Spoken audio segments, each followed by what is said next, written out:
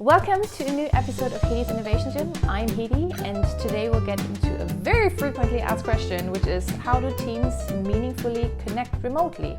So I've tried out lots and lots over the last couple of years, and I'd like to share the best of with you 5 rituals to boost your connection and build on the very, very human need to interact socially, which in the end, if you take this need seriously, will boost your people's motivation, productivity, and creativity. And this is not coming from me, but multiple research states that the level of trust and connection within a team and workplace determines your business outcomes. So this episode might be helpful to you, so stay tuned until the end.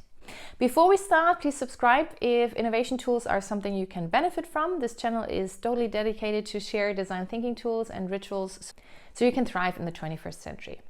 So now, first thing first, why rituals? Because ritualizing means it's something, reoccurring. You don't have to explain away, you don't have to fight for it, you don't have to convince people to do it. Everyone knows it's happening. It's not questions or replaced by some urgent fire you have to extinguish, which, let's be real, often happens, I find, especially in remote settings. Also, the effect is way higher when what I'm about to share is not just a one-time thing, but established as a sort of a mental cleanse. We all hopefully brush our teeth regularly to keep our teeth in optimal health, and staying mentally healthy is just as important.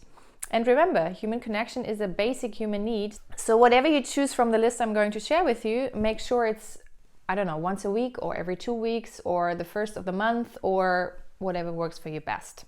Okay, let's hit the list. Ritual number 1, maybe an obvious one, but this works so good. It's called the happy hour. It's basically an equivalent to grabbing a beer after hours. Tell everyone to mix their favorite drink and then meet, Friday at 5 p.m. for a virtual happy hour. And then what I would suggest, don't just sit and sip, but let each participant explain why he or she chose this particular drink, what it means to them, and maybe even let each one tell an anecdote about drinking this cocktail. Sometimes this turns really into a cool personality test. You can sometimes find out a lot about people if you do that. You can also exchange recipes for all the drinks, or as an extended version, you could choose one drink that everyone mixes live while meeting remotely.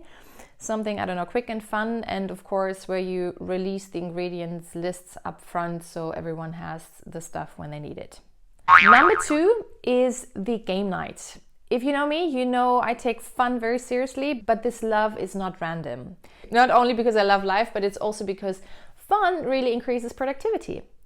Think about it. If you're having a great time with other people, it increases connection, trust, vulnerability. It is the glue to great teams. And I know I'm repeating myself here, but it's so important. We always think whenever we meet, we have to be productive, get things done.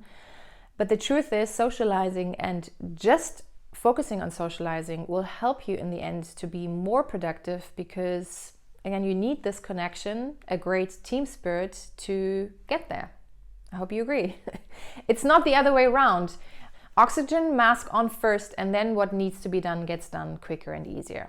Okay, so integrate fun rituals, game nights. There are multiple really, really great apps. For instance, the House Party.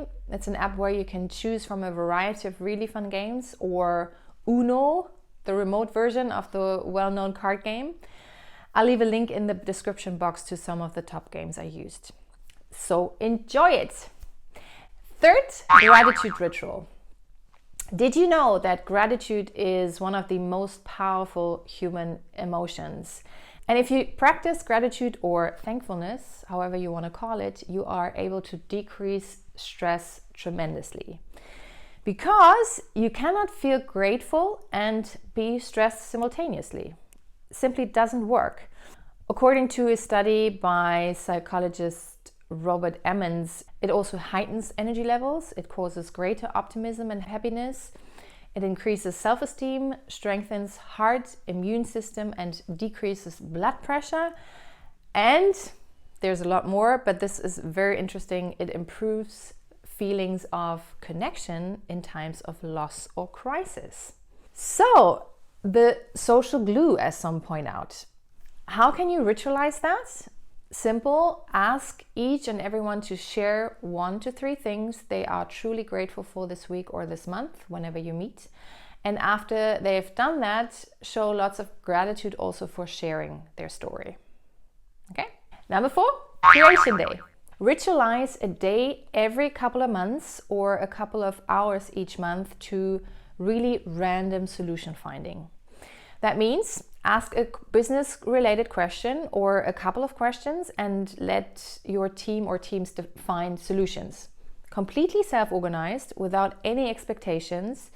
Set a time when they should present their ideas, and what you will most probably find is that because it's completely free and self-organized with no pressure at all, they will bond super quickly, and on top of that, possibly find extremely valuable ideas for the business.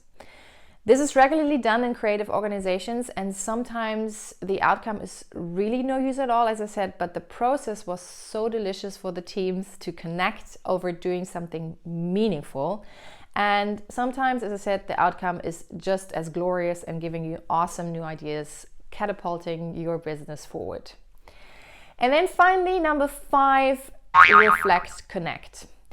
You know, sometimes we need just time to share how we feel, what bothers us, how things changes are weighing us down. And sometimes because we're so stuck in that negative spiral, this doesn't work, this will never work. Just 1 minute brainstorming, really just 1 minute per issue with all the team members, will give you a new perspective and solutions to your problem. So step by step, 1 by 1, ask your teammates to share 1 thing that went really well. Start with the positive, so their brain already starts to focus on the positive. And then 1 thing that really went wrong this week or month, however often you want to do this cleanse. Then go into brainstorming mode together. Ask, how can we help you solve this problem? And give the team like a minute. It often doesn't need more than that because you're so many wonderful brains. And then each team member presents their idea as a present, and then you carry on to the next.